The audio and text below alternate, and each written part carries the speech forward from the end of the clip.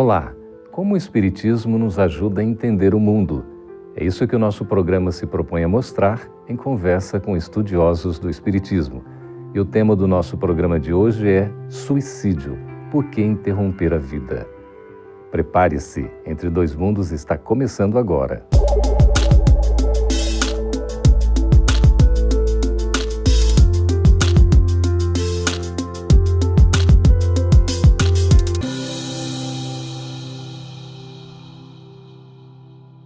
A cada 40 segundos, um suicídio no mundo. Segundo a Organização Mundial de Saúde, nós temos em torno de 1 milhão de ocorrências por ano.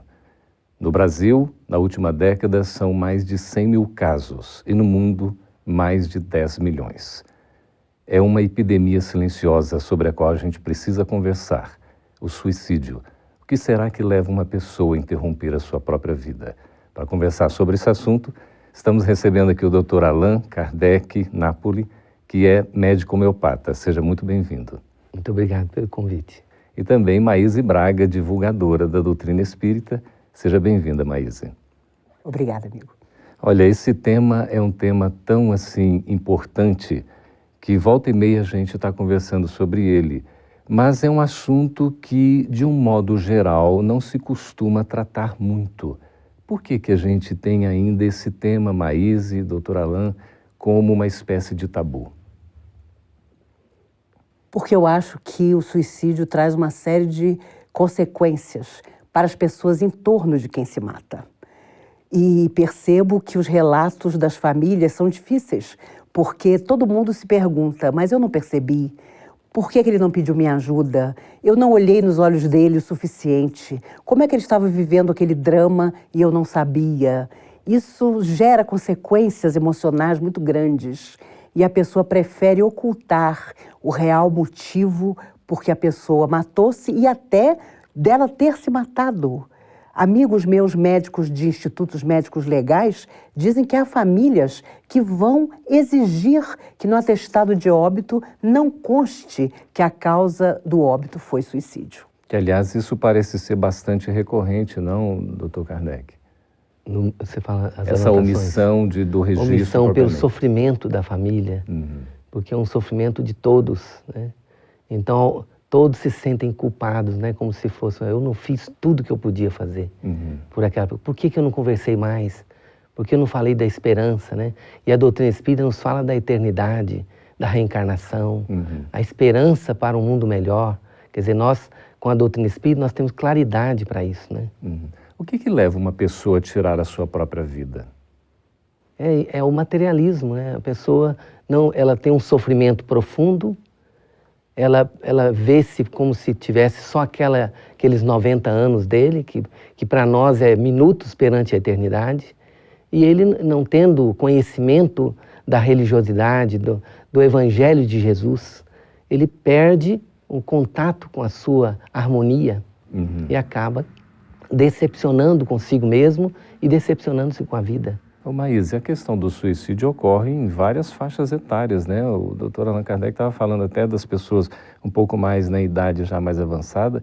Isso é algo impressionante, não é? Inclusive, de tempos para cá, eu tenho observado que jovens na faixa dos 20 e poucos anos até 35 é o maior número de pessoas que têm se suicidado e pelos mais diversos motivos, às vezes alegando motivo nenhum. E há uma coisa no suicida que a família, às vezes, não percebe. A questão do egoísmo que existe no suicídio, em que a pessoa também não pensa no amor que tem das pessoas em volta, não valoriza pequenos gestos da família. Ela, de tal maneira, está centrada na sua própria loucura de não saber viver, que ela não pensa em ninguém, a não ser em terminar com aquele sofrimento que ela julga absolutamente insuportável. O suicídio seria um gesto de fraqueza, Kardec? Pois é, espiritualmente falando, ele está tendo uma fraqueza naquele momento, por também incapacidade de entender que ele está no momento, uma oportunidade única. Ele está num avião em direção a Deus, com várias escalas, naquela é uma escala que ele está parando, para ele poder valorizar o seu aprendizado perante a eternidade. Então ele está ali aprendendo na área que lhe compete, e vendo que aquilo ali, em termos de trabalho junto à comunidade, ser útil à comunidade, e de que é um viajante, mas que deve carregar as bagagens do amor, sair do egoísmo, sair da vaidade, do orgulho. Então, às vezes, o orgulho ferido pode também fazer a pessoa perder a noção do que é bom para ele, porque ele vê que aquilo é demais, né? Mas ele está sem noção da espiritualidade, sem noção do seu futuro, de que o futuro será promissor se ele souber aceitar resignadamente, ter calma, né? A calma e a resignação, auridas da maneira de considerar a vida terrestre, faz com que o homem se fortaleça para o futuro. A gente pode dizer, Maísa, que o suicídio também é uma espécie de fuga da responsabilidade, dos compromissos? Sempre é, porque você acha que depois é o nada. Ou até você sabe que depois existe, porque poderíamos dizer, as pessoas espiritualistas, as pessoas que acreditam em vida além da morte não se matam. Se matam. Mas sabendo do agravante, sabendo que vão encontrar consequências, entretanto elas acham que vão dominar essas consequências. E na Terra não conseguem dominar suas emoções, sua solidão, os sonhos que não se realizam. No fundo, em muitos casos, nós ainda somos aquela criança que, contrariada ante os insucessos, as dificuldades que deveriam ensinar, mas na verdade contrariam profundamente, optam pela fuga. Por uma fuga que é lançar-se no abismo sem saber o que vai encontrar. Nós que acreditamos na vida além da morte sabemos muito bem o que vamos encontrar, mas ainda existem subterfúgios. Fulano deixou a vida porque estava assediado por entidades sofredoras. Não foi a vontade dele que prevaleceu. Mas os espíritos lembram que mesmo quando há esse assédio, sempre há, a responsabilidade de quem foge do corpo físico sempre será observada também. Mas nesse caso a gente poderia considerar que, não obstante a responsabilidade do agente, há algum atenuante que possa ser visto pela misericórdia divina? Pode, porque às vezes a pessoa está sob a ação de espíritos que não quer que aquela pessoa prossiga no seu trabalho. Está incomodando, às vezes a pessoa está fazendo coisas boas. E aí eles assediam. Pela invigilância, a pessoa acaba recebendo essas vibrações, esses pensamentos que não são dele, mas que ele não sabe diferenciar. Ele pensa que são pensamentos dele. Você é inútil, quer dizer, vai recebendo palavras que vai trazer para ele conflitos. E aí ele fala, realmente eu não valho de nada. E a gente tem que saber que a gente vale muito, porque nós, pelo menos alguma coisa, porque nós somos filhos de Deus. E nós somos todos irmãos uns dos outros, né? No momento de invigilância, pode ser num átimo assim, Maísa, e de repente comete uma loucura dessa. Sem dúvida, porque há até que se observar que as pessoas que propagandeiam muito o futuro gesto de suicídio, muitas vezes não se matam. E há aquele silenciosamente que acalenta a ideia. E quantas vezes conversei com pessoas que dizem, mas fulano ajudava tantas pessoas, fulano era sempre o amigo que ouvia a todos. Como é que ele tomou essa atitude? Às vezes no silêncio do nosso coração, sem alarde, pensamentos terríveis nos vêm, sentimentos que não conseguimos controlar, e a pessoa aparentemente calma, tranquila, bondosa, que nunca expunha seus dramas interiores, é que parte para o suicídio. Olha só, às vezes nesse silêncio, né, num processo até de depressão, alguma coisa assim. Exatamente. Nós vamos saber a visão do Espiritismo acerca do suicídio. Estamos conversando com Allan Kardec, com Maísa Braga. Nós vamos para um breve intervalo e já fica aí a questão para a gente meditar. Qual é a informação que o Espiritismo nos traz acerca do suicídio? A gente volta daqui a pouquinho. Fique conosco.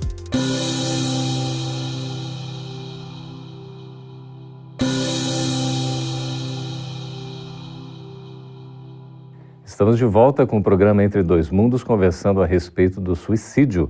E deixamos aí, antes do intervalo, a questão sobre qual é a visão, a informação que o Espiritismo pode nos trazer acerca do suicídio, Dr. Allan Kardec. A doutrina espírita, que é o cristianismo redivivo, ela nos dá a oportunidade de entender que estamos aqui na Terra como uma viagem, em que o viajante ele tem a oportunidade de crescimento espiritual. Então ele passa por essa etapa em que nós estamos aqui nesse minuto, né? 6 minutos, são 60 anos, 9 minutos são 90 anos. É muito passageiro. É muito passageiro. Só que nós reencarnamos, ou seja, voltaremos novamente para completar as etapas de trabalho. mas que é muito importante esse momento atual, que nós temos que aproveitar ao máximo, porque cada minuto é muito importante para que a gente possa vencer barreiras, saber aceitar o outro como ele é, compreender a pessoa que está nos trazendo problemas, ter paciência na viagem das nossas vidas. Então a serenidade diante dos problemas mais fortes, sabendo que tudo passa, como diz Maria Santíssima, isso também passa, tudo na vida passa, meu filho. Então, é uma coisa assim, né, Maís? Você estava comentando também, a gente se sente um tanto quanto impotente quando vê uma ocorrência dessa. Parece que apanha todo mundo de surpresa. A gente não esperava aquilo acontecer e de repente aconteceu. O que a gente pode fazer para evitar que isso aconteça? Eu acho que isso nos torna mais responsáveis ainda, porque nós temos que estar sempre atentos ao outro. Ter uma ponte que liga o nosso coração ao coração do outro. Ouvi-lo. Hoje a vida é tão dinâmica e alegamos que não temos tempo nem para ouvir nossos próprios pensamentos. Entretanto, a pessoa precisa ser ouvida, precisa ser aceita como ela é para que seja melhor, precisa buscar ajuda. Deus não colocaria psiquiatras, psicólogos corretos e dignos na Terra, se não fosse para também procurá-los, para também buscar essa ajuda. E é um erro considerar que a pessoa depressiva, apenas com tratamento de passes, apenas ouvindo palestras, vai melhorar. Às vezes precisa tomar o remédio mesmo. Meu Deus, né? Há questões muito sérias, orgânicas, físicas, que muitas vezes nos abatem e que precisam de uma medicação, ainda que temporária, para que haja uma conexão, sem falar na grande responsabilidade que o suicídio provoca para o espírito eterno. Porque um tiro, o lançar-se de uma altura, faz com que toda a nossa área perispiritual se desarrume de tal maneira que 100 anos não serão suficientes para a recomposição disso que nós destrambelhamos através do gesto. É muito sério, né? É seríssimo. E para onde é que vai o suicida? Pois é, o suicida vai para um vale de suicidas, onde ele tem sintonia. Então o sofrimento é imenso. Se a pessoa feriu algum órgão, ele vê aquele órgão sangrando, sem poder estancar aquela ferida que ele fez. Quer dizer, ele continua no plano espiritual, num momento como se fosse um umbral, um momento difícil dele, em que ele está ali apavorado, falando, mas não morri, porque a morte não existe. A morte do corpo, mas ele continua com aquelas feridas. E Emmanuel refere, como diz a Maíse, quase 200 anos para recuperar o que ele fez. Porque ele depois vai reencarnar em um momento com deficiência naquele órgão, que depois ele vem num outro momento. Se ele aceitar essa encarnação de problemas físicos, ele vem num outro momento com Isso demora 2 séculos. Basicamente, né? E ainda tem, não, Maísa, a questão da possível tendência daquela tentação, entre aspas, uma vez que a gente foi suicida, parece que volta aquela vontade novamente ou aquela tentação numa outra existência, não é assim que acontece? Uma vez um casal procurou Chico Xavier, o filho tinha uma doença degenerativa e já tinha tido que amputar os 2 braços. O menino tinha 11 anos, morava numa fazenda. E surgiu o avançar da doença e os médicos queriam retirar-lhe as pernas. A família desesperada foi até o Chico e o Chico recebeu a orientação surpreendente de Emmanuel. Aceitem o que o médico diz. Amputem-lhe as pernas. Ele vai viver alguns meses, será apenas um tronco. Entretanto, ele nas últimas 10 existências matou-se. Enquanto vocês não estão na fazenda, ele se arrasta, sem os braços, até a beirada do rio, tentando alcançá-lo para jogar-se. E ele não pode, nessa vida, mais uma vez, sair como suicida. A família obedeceu, o menino viveu mais alguns meses e desencarnou.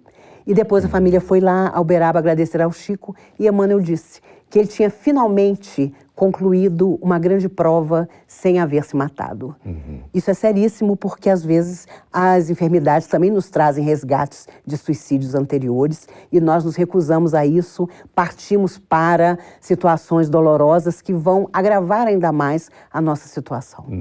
A literatura espírita é muito rica sobre esse assunto, tem uma contribuição extraordinária e a gente tem um clássico, o livro que é, sem dúvida alguma, o mais completo de todos sobre esse assunto, que é o Memórias de um Suicida, né? Com a revisão espiritual, inclusive, do Leon Denis.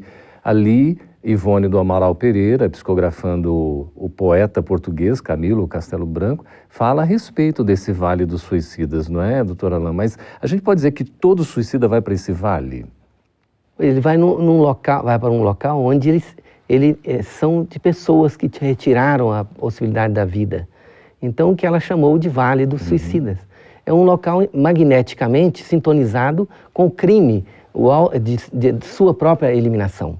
Então, o sofrimento é imenso, mas a providência divina sempre providencia recursos para ajudar. Então, e ela fala exatamente desse grupo, né, de samaritanos, que é um trabalho coordenado por Maria, mãe de Jesus, né, mãe de toda a humanidade, enfim, a gente toma assim simbolicamente, devido ao seu amor.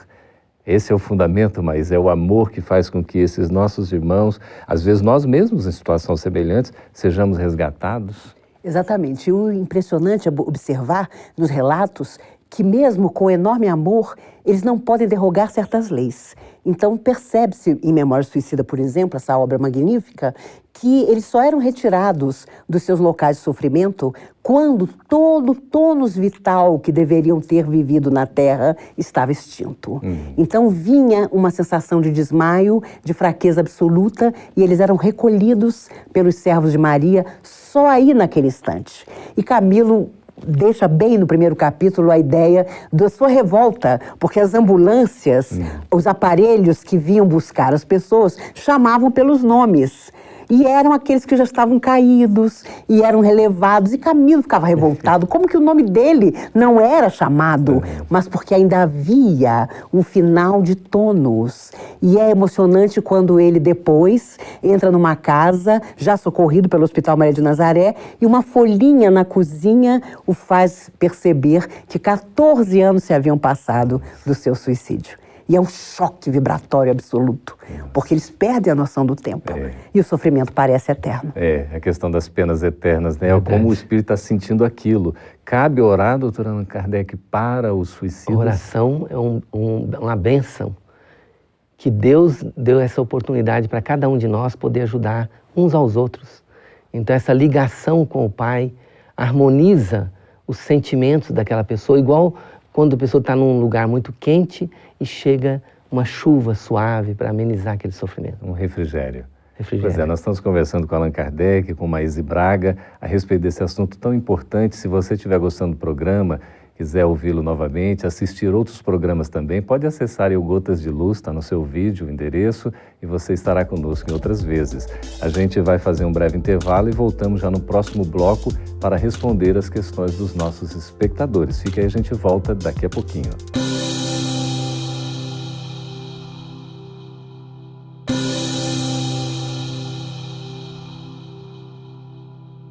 Estamos de volta com o programa Entre Dois Mundos, agora respondendo as perguntas dos nossos espectadores. É a Maria Carmelita de São Paulo, aí para Maíse e doutor Allan Kardec. Ela pergunta o seguinte: é verdade que ao fumar, ingerir bebida alcoólica e ter outros vícios que fazem mal à saúde, isso também seriam formas de suicídio? Os espíritos dizem que sim, porque são problemas que nós estamos buscando sem necessidade. Todo vício nos afeta e a medicina cada vez avança mais e nos mostra o quanto nos afeta. Determinados tipos de câncer que há anos atrás não tinham correlação com essas dificuldades, pelo menos afirmativamente, a medicina dizia que não tinham relação, hoje todos têm. Então, principalmente o câncer de cérebro, que há 15 anos atrás se dizia não tinha nada a ver com cigarro, hoje comprovadamente tem, porque o oxigênio falta, as células morrem. Então, nós, de certa forma, infelizmente, conseguimos abreviar e muito a nossa vida na Terra se não conseguimos superar determinadas coisas que não nasceram para estar dentro do nosso organismo e que nós trazemos para nós através dessa dificuldade de superá-las. É uma espécie de suicídio indireto. Exatamente. Aqui, doutora Allan Kardec, a gente acabou de receber uma pergunta da Raquel Barbosa, também de São Paulo, que tem a ver com essa. Ela diz assim: os jovens, ao se divertirem, gostam de bebidas alcoólicas, às vezes alguns entorpecentes. Se nessas saídas alcoolizados se acidentam e vêm a óbito, considera-se este jovem um suicida? E se este jovem tem conhecimento da doutrina espírita ainda, teria algum alívio? Pois é, maior responsabilidade ainda, né? Porque se você, devido à bebida alcoólica, você não consegue ter reflexos e você cai no suicídio, morre, é um suicídio indireto. E ainda se tem a responsabilidade do conhecimento, sabe, de tudo que lhe ocorre. então a responsabilidade é maior. A maior agravante, não atenuante, né? Mas aí também, mesmo assim, a providência divina sempre trará seu recurso. Perfeito. Para ajudá-lo.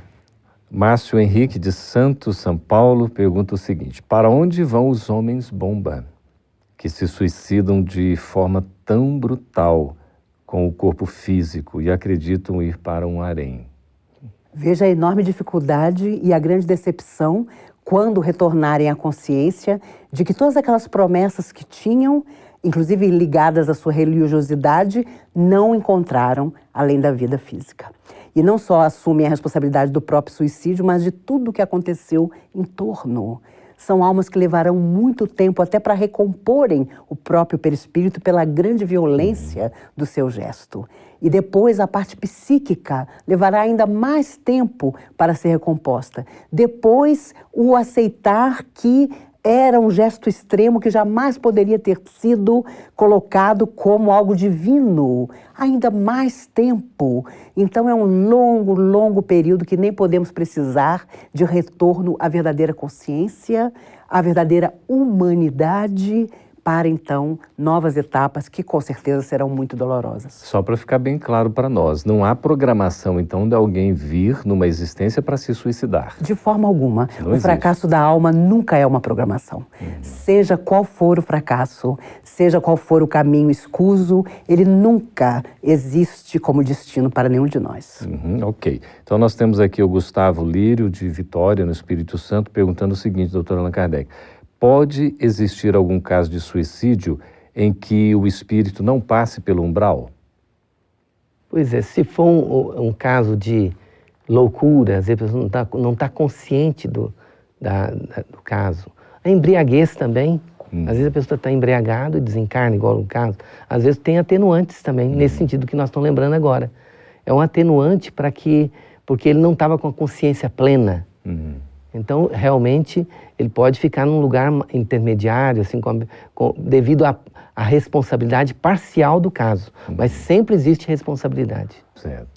E também o amparo nunca falta. Nunca falta. A gente se lembra lá do Céu e Inferno, é uma obra clássica do Espiritismo, que tem lá na sua parte dos testemunhos exatamente um capítulo, quando Kardec faz as evocações, também tratando dos suicidas. É importante a gente ler, não é?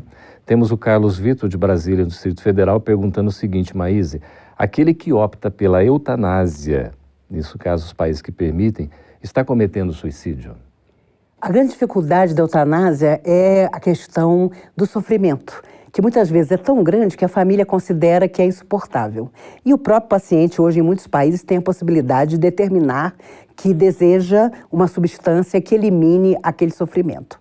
O problema é que talvez, ao chegar ao mundo dos espíritos, ele descubra que aquele sofrimento, até o seu final, era necessário para o aprendizado da sua alma. É complicado dizer que todos os casos serão considerados suicídio, porque nós não estamos lá para definir o que a espiritualidade realmente considera que seria um agravante ou um atenuante daquele gesto.